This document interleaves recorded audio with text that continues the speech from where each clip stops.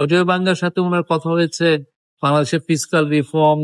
অজয় বাঙ্গা যিনি ওয়ার্ল্ড ব্যাংকের প্রেসিডেন্ট, তার সাথে ফিসকাল রিফর্ম, ব্যাংকিং রিফর্ম। আপনি জানেন গত সরকার ব্যাংকিং সেক্টরকে সম্পূর্ণ ধ্বংস করে দিয়ে গেছে। তো এই ব্যাংকিং সেক্টরকে আমরা আবার পুনরুজ্জীবিত করার চেষ্টা করছি। কিছু বেশ প্রোগ্রেসও হয়েছে, বাট আরো অনেক কাজ আছে। তো সেগুলো আলাপ। আরেকটা হচ্ছে যে হাসিনার আমলে যে $234 বিলিয়ন বাইরে পাচার হয়ে গেছে, এই টাকাটা কিভাবে আনা যায়। তো এই বিষয়ে ওয়ার্ল্ড ব্যাংকের কিছু এক্সপার্টিজ আছে। আর ওদের সাথে ইলেকশন নিয়েও আলাপ হয়েছে। প্রফেসর ইউনূস বারবার বলেছেন যে ইলেকশন ফেব্রুয়ারির 15 তারিখের মধ্যে হবে, প্রথমার্ধের হবে, এবং এটা ফ্রি, ফেয়ার, পিসফুল, খুবই উৎসবমুখর হবে, এবং সে অনুযায়ী প্রিপারেশন নেওয়া হয়েছে। আর উনি এটাও জানিয়েছেন যে এই ইলেকশনের পরে উনি তার যে পুরনো কাজে ফিরে যাবে। নির্বাচন নিয়ে কোনো সমস্যা নেই। নির্বাচন ফেব্রুয়ারির প্রথমার্ধে হবে, এবং পৃথিবীর কেউ নাই যে এটা বানচাল করতে হবে।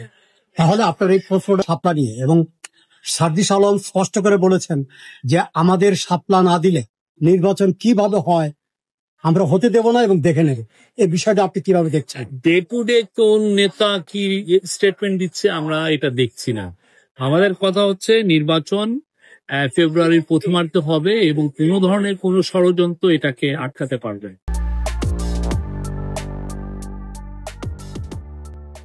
কে শেখ হাসিনার আমলে $234 বিলিয়ন পাচার হয়েছে। এই পাচারের সাথে শেখ হাসিনার কাছের লোকজন, বিজনেসম্যান, এটা ক্রনি ক্যাপিটালিজমে যেভাবে কাজ করে সেভাবে কাজ করেছে। তো তারপরে হচ্ছে তার আত্মীয় স্বজন, শেখ পরিবার, এরা সবাই এটার সাথে জড়িত।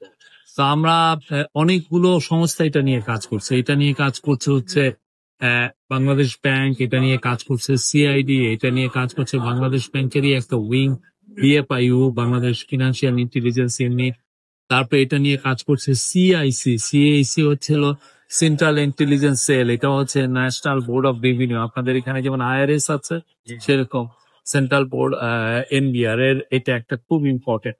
তার মধ্যে সিআইসি অলরেডি সারা বিশ্বের 60টা দেশে তারা মিশন পাঠিয়েছিল।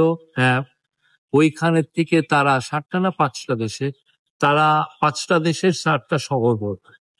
ওইখানে থেকে ওরা এই এই এই একটা মিশনের ওদের যে অফিসারদের এই ইনভেস্টিগেট, ওইখানে ওরা অলরেডি অ্যাসেট ওরা অ্যাসার্টেন করছে 40,000 কোটি টাকার। তো এটা তো খুব কম। যে পরিমাণ টাকা চলে গেছে $234 বিলিয়ন। এখন এটা কোথায় কোথায় আছে, কারা কারা এটা করছে, কারা কারা বিদেশের নাগরিকত্ব নিয়েছে, এই পুরো প্রসেসটা করতে সময় লাগছে।